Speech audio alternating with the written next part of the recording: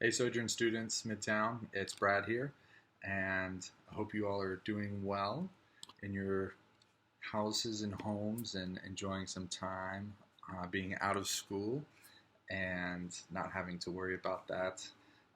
But we were planning on meeting tonight, but as you know, due to the COVID-19 coronavirus, we decided not to meet together. But I wanted to share a few thoughts from the story of Joseph, Genesis 39, with you all that we had planned, and hopefully it'll be encouraging and challenging to you in this time. And as you all know, we left off, Joseph was kind of the favorite. Uh, in Genesis 37, we see that his father loved him, he was the favorite, he was the youngest, and his other older brothers hated him. But in that hate and that bitterness and not putting that sin to death in their hearts and not taking responsibility for how they felt towards Joseph, they plotted to kill him. And when they attacked him, they threw him into a pit. And then during that time, they decided, well, let's not kill him. Let's sell him into slavery. And so that would have definitely been a very, very hard time for Joseph. I don't know if I know most of you have siblings. I have siblings. And imagining my siblings hating me that much to beat me, throw me into a pit, and then think about killing me, but then just selling me into slavery would be a very, very hard and sad thing to go through. But that's where we find Joseph. He was sold into slavery, he was bought by Potiphar, and that's where we pick up the story. So Genesis 39. First off, verses 1 through 6. Now Joseph had been brought down to Egypt, and Potiphar, an officer of Pharaoh, the captain of the guard, an Egyptian, had bought him from the Ishmaelites who had brought him down there. The Lord was with Joseph, and he became a successful man, and he was in the house of his Egyptian master. His master saw that the Lord was with him, and the Lord caused all that he did to succeed in his hands. So Joseph found favor in his sight and attended him, and he made him overseer of his house and put him in charge of all that he had. From the time he had made him overseer in his house and over all that he had, the Lord blessed the Egyptian's house for Joseph's sake. The blessing of the Lord was on all that he had in the house and field. So he left all that he had in Joseph's charge, and because of him, he had no concern about anything but the food he ate. Now, that sets the stage for where Joseph is. And this chapter is not Joseph and Potiphar, but Joseph and Potiphar's wife. And it kind of reveals saying, like, his master trusts him fully. Joseph is succeeding while he suffered and while he underwent all of these hard trials and the suffering, and the Lord is still blessing him. The Lord is still faithful to him, despite the hard circumstances that he is going through. And what this passage about, I think, really, while that's kind of the preface, that's the introduction, what we're going to get into later is, in the next few minutes, is that this passage is about fleeing temptation. This passage is about fleeing temptation. And Joseph does an amazing job and sets a great model for us in fleeing temptation. Specifically here, sexual temptation. But I think this can also apply to all temptation across the board. Whatever it may be that you're struggling with, whatever you're tempted to do, Joseph gives us the principles here to flee temptation. And resisting temptation to the end is difficult. Resisting temptation to the end is difficult. But God will sustain us if we abide and keep our eyes on him. Resisting temptation to the end is difficult, but Christ will see us through it. Christ wants us to succeed in overcoming temptation, but we have to put forth the difficult effort of resisting it to the end. Not many of us know what it's like to resist temptation to the end because we give in. We give into sin, we fall short, but Joseph here resists temptation to the end, and it costs him. There are consequences for him resisting temptation to the end. We're going to talk a little bit about that. So, point number 1, resist temptation to the end by keeping your eyes on Christ. Resist temptation to the end by keeping your eyes on Christ. Verses 7 through 10.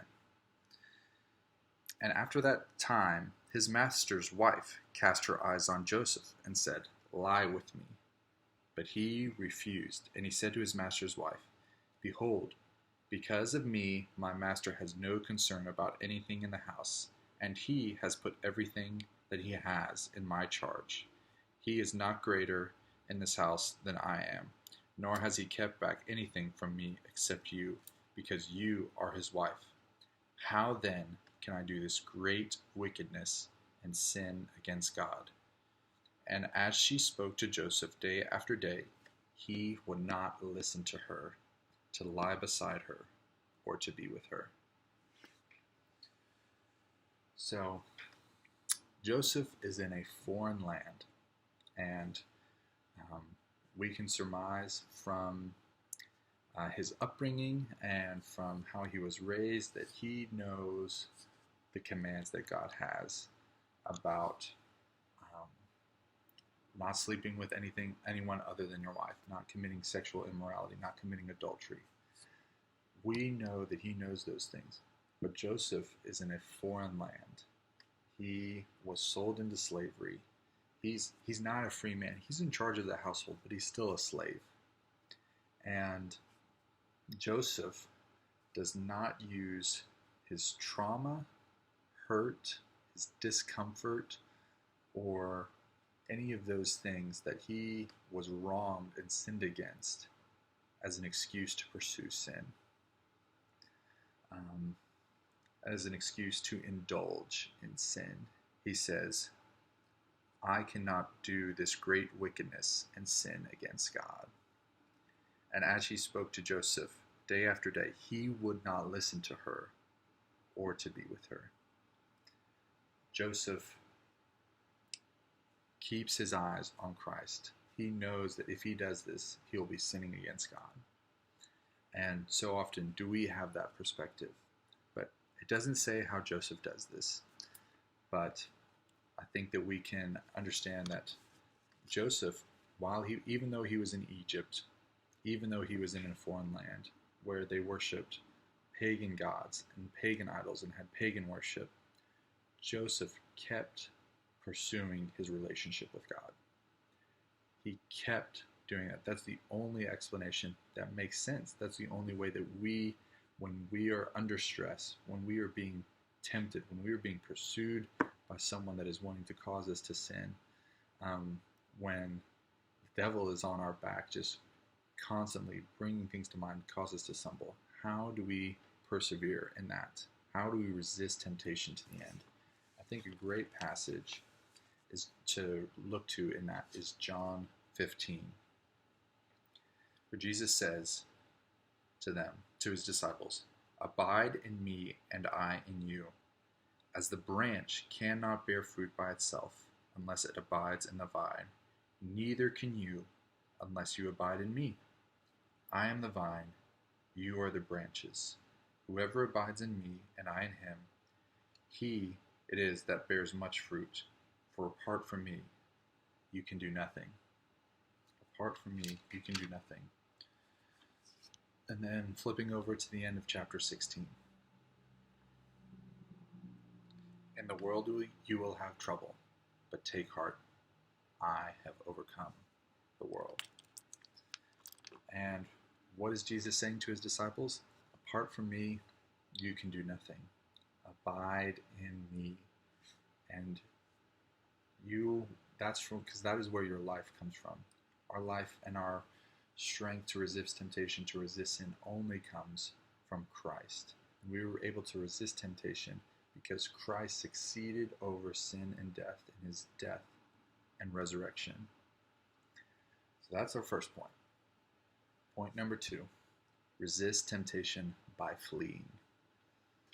In verses 11 and 12. "But one day When he went into the house to do his work, and none of the men of the house was there in the house, she caught him by his garment, saying, "Lie with me." But he left his garment in her hand and fled and got out of the house. Now, I can't say it much better than that, but when you are in a situation with friends, with family, with boyfriend or girlfriend or whatever it may be, and you are feeling temptation to sin, to give in to what you know is wrong, what God has instructed and told you is a sin against him, just flee. Get out of there, because whatever the consequences are, the awkwardness of getting out of that situation, we're going to talk about this in a second, it is worth it. Those consequences are worth it when it comes to having those consequences for pursuing holiness or giving into sin. So, point 3 is a super short point, like I told you. In fleeing from sin, the world may persecute you.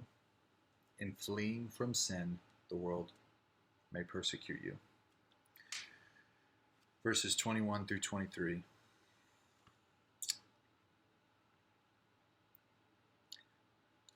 Nope, that's not right. Anyways, wrong verse. 19. Sorry.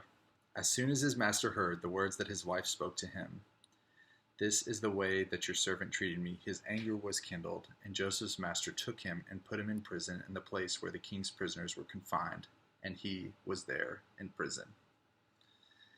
And basically what happened, we kind of skipped that part. That's on me. But Potiphar's wife lied and said, basically, he tried to rape me. He tried to take advantage of me. And in her anger, and because Joseph would not sleep with her, she lied.